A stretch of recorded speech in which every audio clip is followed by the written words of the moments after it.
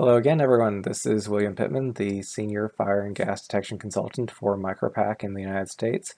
And today I just want to have a look at how Micropac and HazMap3D can let us see how our coverage changes in certain environments when certain movable objects or temporary objects are rearranged or turned on and off in the file set. So to show you how this can work, we have a group of F-35 fighters in an aircraft hangar with large doors or a large opening on the side for the aircraft to enter and exit through. And what we're going to see here is that we have graded the entire area of the aircraft hangar up to a height of, I think, about 6 meters, roughly. And we have set up an assessment where we have 6 Micropac FDS 301 flame detectors positioned throughout the hangar, pointing into the various parts of the hangar. And we have a whole bunch of iterations of this aircraft hangar, or sorry, this aircraft model, this F-35 Lightning II model. And what we find here is that by having each one of the aircraft separately modeled or as its own 3D model file in the project file set, I can turn these on and off individually. And I can even have different fighters in different positions within the model. So if I want to change up the configuration of the craft in the model, I'm free to do that. And I can have, I think, up to about 12 jets in here at a time, depending on the layout I choose.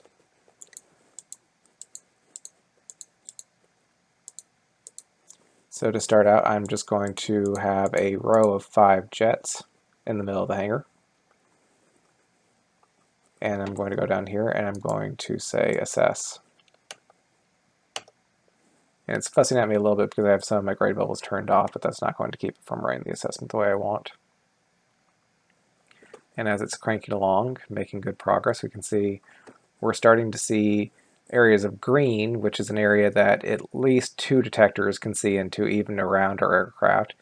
And we can see areas of orange where only 1 detector can see into that area and has range, and areas of red, which fortunately are very small, where no detector can see into.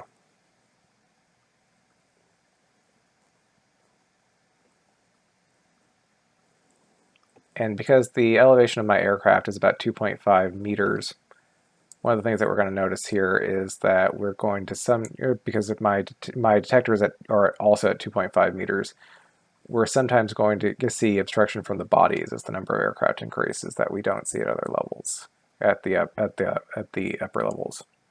But you can also see I can manipulate my slider over here and see different levels, or I can isolate a single level and look at just coverage at that elevation. But we can see with 5 planes, my 6 detector layout works pretty well.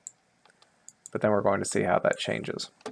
So to shake things up a little bit, I'm going to add 2 more detectors in the front, or sorry, 2 more planes in the front, and I'm going to rerun my assessment.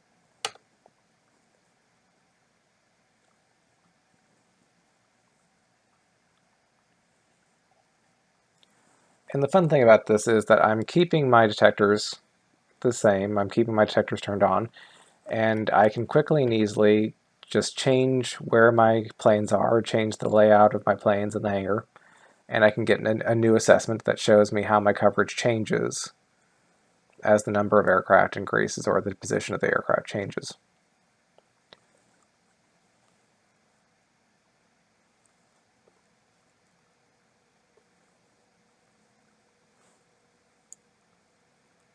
And I can see that because I've got 2 detectors in here, because I have aircraft in this area now, this detector can see into this area, so I'm getting orange because this detector no longer can see because the plane is in the way.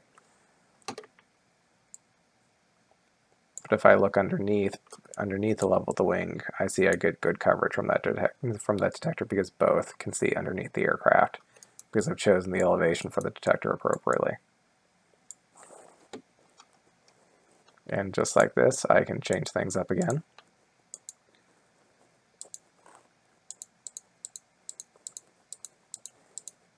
Say if we had a hurricane coming in, hitting the East Coast a few years ago, now, I think, and they had to try and fly aircraft out to get them away from, from bases, and you had a lot of crowded hangars at that point. I think, say you're trying to fit 10 aircraft in this hangar because you have limited room or whatever. What happens to our coverage now?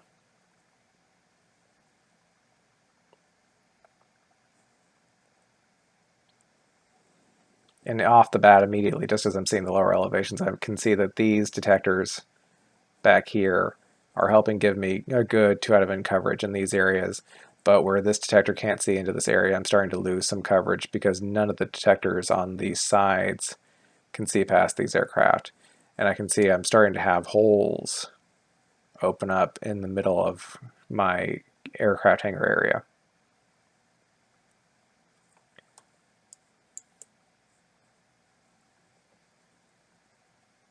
But if I go down low to lower elevations, I see that at least one detector can see into most of this area.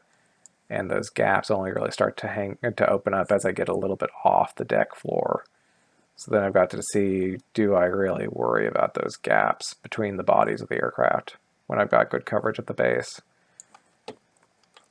See, I'm really trying to cram a couple aircraft in here. What happens if I do this?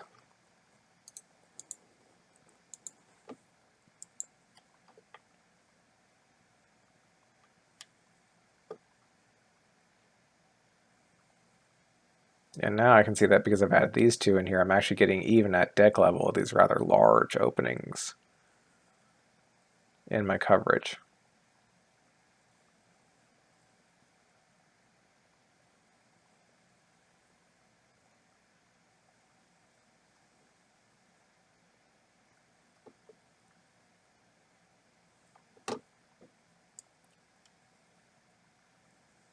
So this is starting to look a little bit more like a kaleidoscope at this point, with all the different obstructions starting to form an interesting group of patterns throughout our area.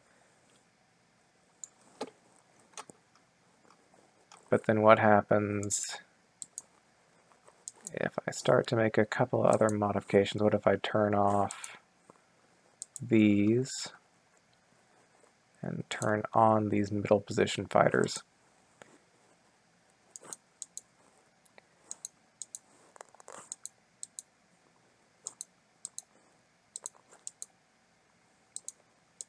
Let's see, I'm trying to remember which one I want to turn on here.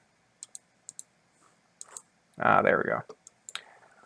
A little bit of fumbling with the different models, trying to remember which detector model was which position. But you can see I've now got this kind of zigzagging or interspersed pattern.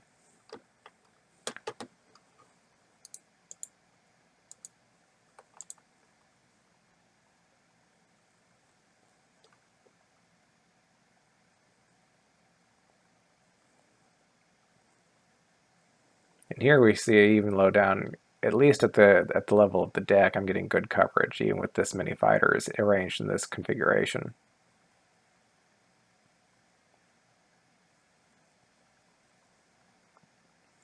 And so if we have a 3D model of our hangar, and we can represent the kind of jets that we're expecting to keep in this hangar accurately and move them around, we can actually test coverage and see how our gaps are and see how our gaps change as the number of aircraft and the position of those aircraft change within the hangar.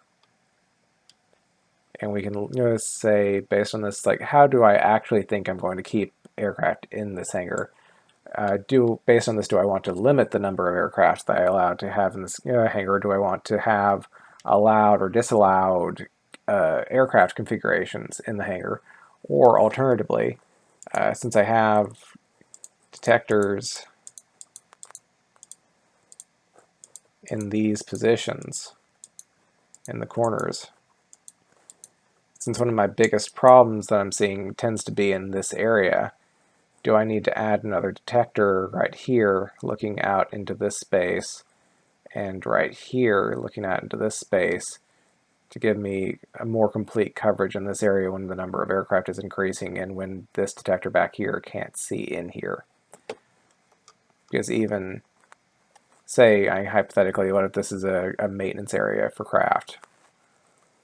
Or what if that area is only sometimes occupied?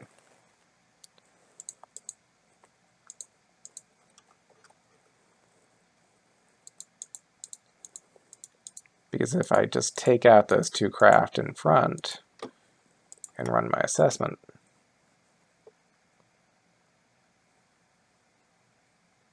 I'm going to get mostly good coverage in those areas where I was having problems.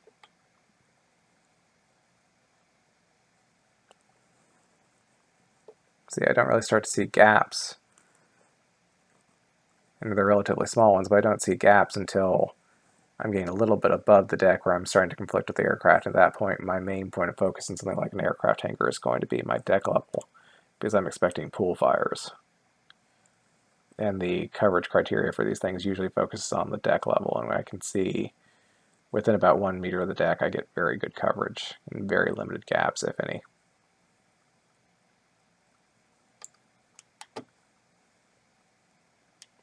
And so that's been a demonstration of how we can use separate models, multiple model files within a project file set to change up aircraft configurations in aircraft hangars, turn on and off cars, say, in parking garages or in refueling centers, and use this power within HazMap3D to assess how our coverage changes and what situations might give us problems, and what kinds of storage configurations we might want to allow or disallow, or if we might want to further beef up our detector layout or our configuration of our detectors based on what we expect or how many things in what configuration we expect to occupy the space.